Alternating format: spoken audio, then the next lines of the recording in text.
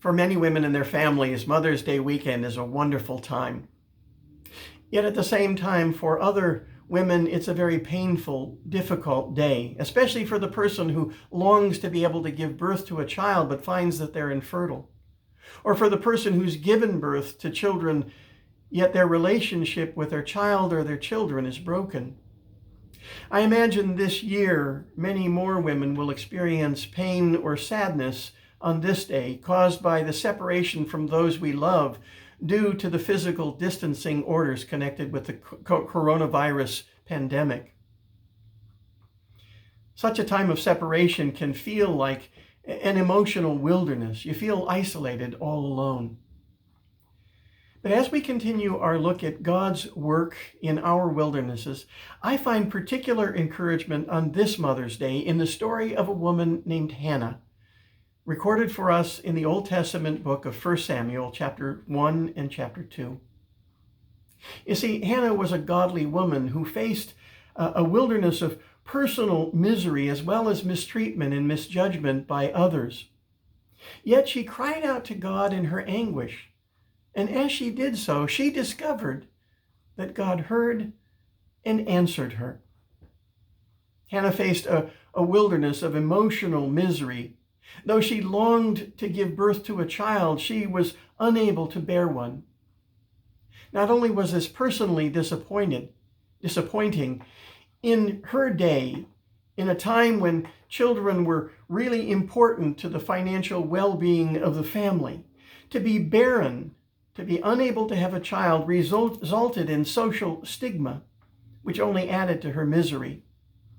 People assumed that if you were unable to give birth to children, there must be something wrong with you, and probably it had to do with God's judgment on you. You must have done something wrong, and so God is punishing you. Now, that's not too terribly different from our day when someone hits a string of one calamity after another. As human beings, we somehow cannot resist critiquing or criticizing them. If only they did such and such, they wouldn't be in this situation. Something must be wrong with them. Her personal misery was compounded by the mistreatment that she received at the hands of her husband's other wife. In that day, you could have more than one wife, and this man had two wives. This one was able to bear children. Her name was Peninnah. Now, whether out of jealousy or envy, we're told that Elkanah, that's their husband, really loved Hannah, and often he gave her extra portions, maybe because she was barren. We don't know. But whether it was out of jealousy or envy, Peninnah kept provoking Hannah in order to irritate her. That's what it says.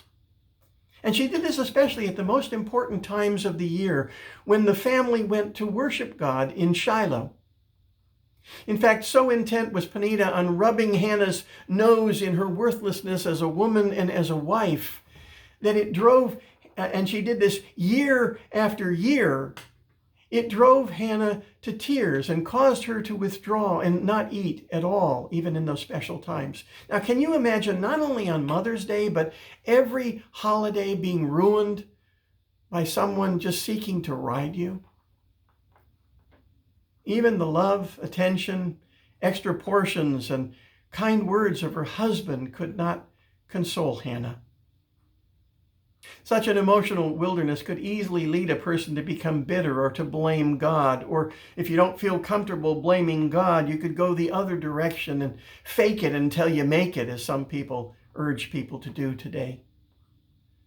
But Hannah did not do either of these. Instead, she took all of this to the Lord in prayer. Now, she was honest about her pain and about her grief. She didn't hold back. She wept bitterly and she poured out her heart to God, telling him that she felt he had forgotten or overlooked her and begging him to give her the deepest longing of her heart. Even as important as a son was to her, that's what she was asking for as the greatest longing. I believe that her greatest longing was to be noticed by or to be remembered by God.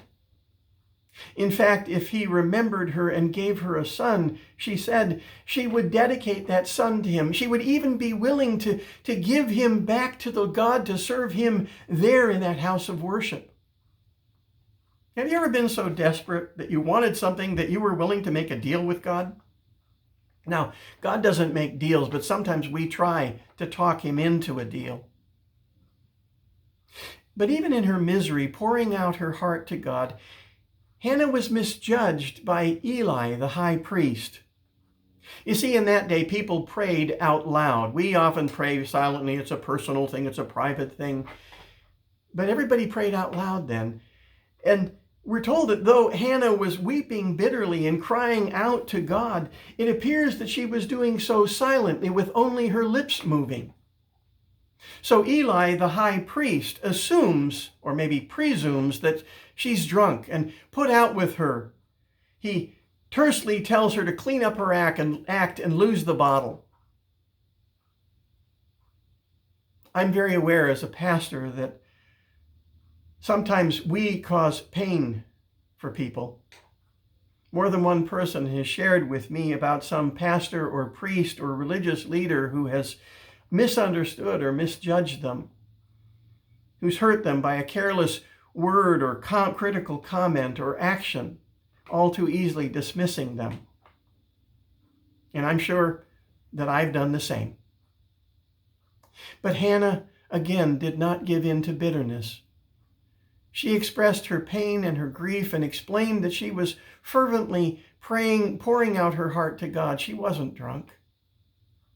All she was looking for was some assurance that God had heard her and had not forgotten her. And Eli, realizing his error, offers her that assurance.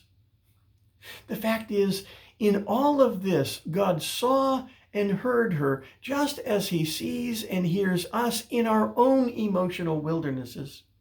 Whether we feel seen or heard in our times in the wilderness doesn't change that fact. Sometimes we feel forgotten or unheard by the Lord because God hasn't answered our prayer when we asked him to or in the way that we wanted him to. But God's timing and the ways in which he chooses to answer us is sometimes totally different than ours. What is striking in all of this are the ways in which Hannah responds to God's assurance.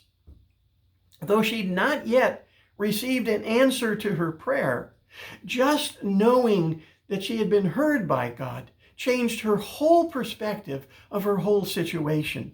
We're told she went away, she ate, and her face was no longer downcast.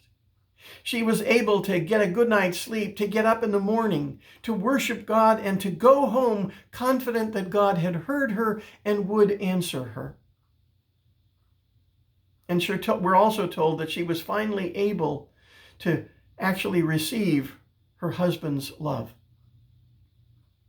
God not only heard Hannah, but he also answered her prayer, giving her a son that she named Samuel. In Hebrew, it is Shmuel, which sounds like God had heard by God. One additional encouraging observation regarding this whole passage, this whole account in 1 Samuel chapter 1 and 2 is that after she emerged from this emotional wilderness, Hannah did not waste what she learned in the wilderness. One of the greatest dangers that we face when we come out of a personal wilderness time is that we are so eager to put everything behind us. We want to forget everything, that we totally dismiss all that and we cling to whatever brought us out or whatever we found once we got out. Hannah could have clung to God's provision in her son Samuel, but instead she held her hand open to God, entrusting Samuel to him as well as herself to him. Remembering her promise to God, Hannah dedicated Samuel to God's training and service. She did not abandon him, but rather she checked in on him regularly and she encouraged him and gave him the tools he needed to pursue God's calling on his life. But what she really took away from God's meeting her in her emotional wilderness was a deepened understanding and appreciation of God, which we see in her prayer in 1 Samuel chapter 2, verses 1 through 11. You see, she found that God is sovereign. She found that she could trust God implicitly with her deepest needs and desires because she found that God is sovereign. He's in control of every aspect of our life, even the ones we can't see. God is also, she found, is just. That even when others mistreat, misunderstand, or misjudge us in the midst of our wilderness, God can be counted on to ultimately make all things right and to work them out. And ultimately, we discover that what they think or do or say is not the final answer. She also found that God is trustworthy and can be counted on to ultimately lift us up again on the other side as we trust Him. Ultimately, God answered Hannah's prayer for a son, but she also gave her the ability to give birth to 3 sons and 2 daughters. And her son Samuel became the greatest judge over all Israel. Do you feel like you're in an emotional wilderness in the midst of this coronavirus pandemic, at the mercy of other people's words or actions or even misjudgments? The good news from Hannah's example is that you can pour out your heart to God. You can be honest with Him about everything because He knows it. You can be assured that God hears you and will answer you. He's not forgotten you. He may not have answered you yet or in the way you'd like to hear, but He will answer you. And when He does so, Hannah's example warns us not to forget what we've learned in our wilderness experience, but to praise Him for all that He has done and to keep on trusting Him that He is in control, that He is just and will ultimately right all wrongs, and that He will work all things out ultimately for our good. That is the good news.